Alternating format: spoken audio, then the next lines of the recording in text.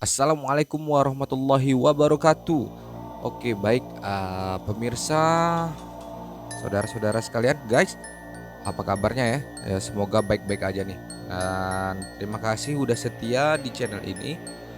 Oke, jangan berlama-lama lagi. Baik, hari ini saya akan menceritakan tentang suatu minuman. Nah, satu minuman ini minuman ringan ya, yang hari ini tuh sangat mendunia. Bahkan saya sendiri juga suka ya. Nah, minuman ini sejenis minuman soda. Apa itu? Minuman ini adalah Coca-Cola. Nah, perlu yang kita ketahui bahwasanya akhir-akhir ini dan kalau kita ngecek di internet itu ya, di internet maupun di YouTube itu banyak kita menemukan eksperimen-eksperimen aneh terkait Coca-Cola ini. Salah satunya Coca-Cola ini ada yang mengatakan bahwa bisa dijadikan bahan untuk menghilangkan karat. Nah, tentu ini kan sangat berbahaya untuk kesehatan diri kita ya.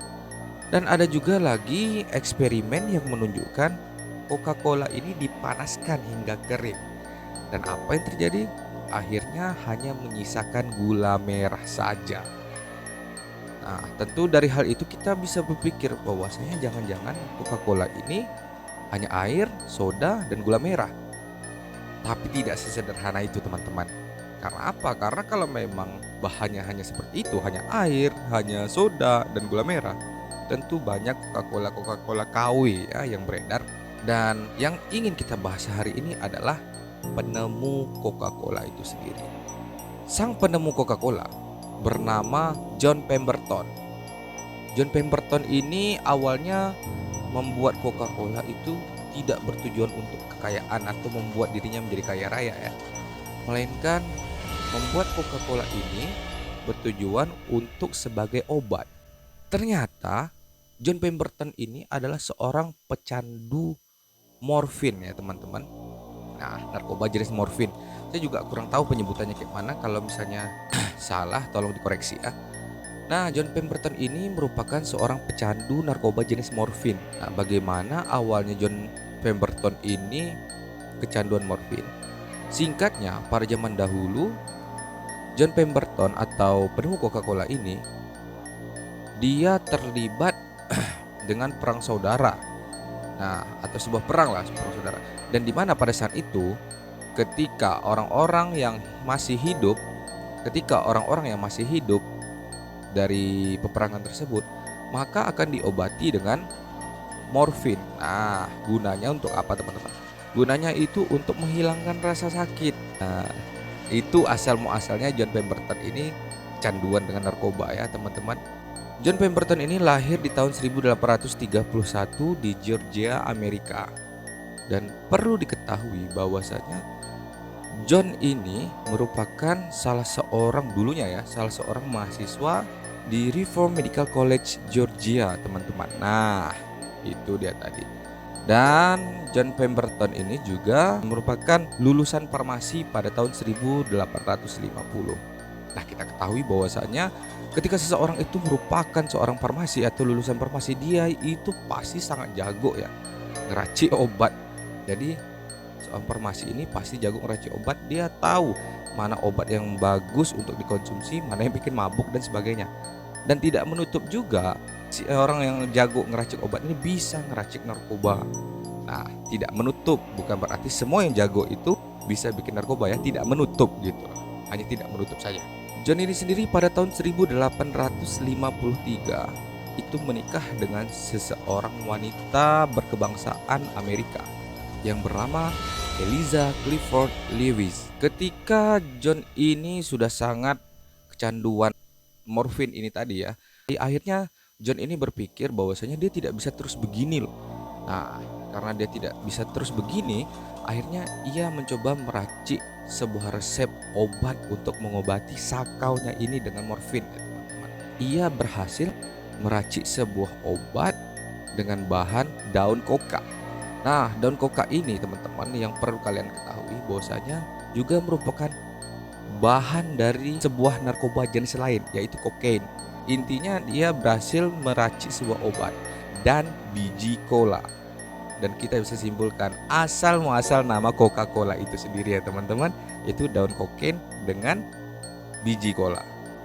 Coca-Cola ini pada awalnya itu seperti daun coca disuling dengan biji cola yang menghasilkan sebuah sirup. Nah, anehnya ketika John mengkonsumsi ini, ia merasakan tenang gitu. Ia lupa dengan sakaunya terhadap morfin itu sendiri. Singkat waktu, akhirnya John ini berniat untuk mengkomersilkan penemuannya ini. Nah, ingat ya, pada mulanya Coca-Cola ini tidak bersoda gitu loh. Akhirnya ia bekerja sama dan berkolaborasi dengan sebuah perusahaan karbonat, yaitu soda itu sendiri. Adapun perusahaan tersebut bernama Willys Venable. Hasil dari kolaborasi tersebut menjadikan resep minuman dari John ini tadi menjadi lebih sempurna. Nah, seiring berjalannya waktu, ada seorang agen pemasaran yaitu bernama Frank Mason. Nah, ia ini yang bertanggung jawab terkait pemasaran Coca-Cola itu sendiri serta bertanggung jawab tentang nama Coca-Cola. Karena yang kita ketahui seperti tadi, Coca-Cola ini bahan dasarnya daun coca dan biji cola itu tadi. Nah, balik lagi, yang namanya orang kalau sudah kecanduan narkoba, pasti itu ia akan balik semula lagi teman-teman. Ketika John ini tadi kecanduan lagi terhadap narkoba, yang namanya orang ketika udah kecanduan narkoba pasti membutuhkan dana yang sangat besar. John ini memiliki inisiatif untuk menjual resep dari Coca-Cola itu sendiri dan menjual setengah atau sebagian dari saham Coca-Cola itu sendiri. Nah, karena apa? Karena John ini berpikir bahwasannya ke depan resep Coca-Cola yang ia ciptakan ini pasti sangat mendunia. Buktikan sekarang, apapun makanannya itu pasti banyak, sebagian besar itu pesan minumnya Coca-Cola. Singkat waktu, anak dari John Pemberton ini yaitu Charles Pemberton mempunyai sifat tamak.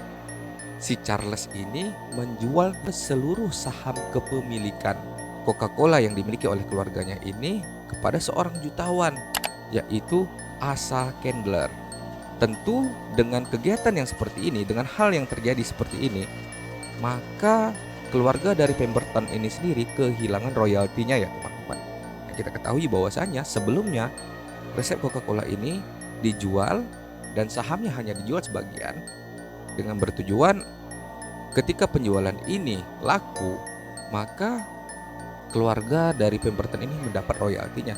Tetapi dengan ketamakan si Charles ini, akhirnya royalti itu tidak dirasakan lagi oleh keluarganya. Akhir daripada hidup seorang John Pemberton, ia dikabarkan meninggal pada tahun 1888, tepatnya pada bulan Agustus. Yang menyedihkannya lagi ialah John Pemberton ini meninggal dalam keadaan yang sangat miskin, dan ia dikabarkan terkena kanker perut ya. Nah, itu tadi sekilas tentang penemu Coca-Cola. Untuk lebih dalamnya mungkin kita akan adakan episode selanjutnya lagi ya teman-teman. Semoga apa yang dapat saya sampaikan ini mendapatkan sebuah pelajaran untuk kita semua. Oke, kita bisa memilih mana minuman yang lebih baik, mana minuman yang sehat, mana minuman yang baik dikonsumsi tapi tidak setiap harinya. Oke, terima kasih, cukup sekian. Sampai jumpa lagi di episode selanjutnya. Assalamualaikum warahmatullahi wabarakatuh.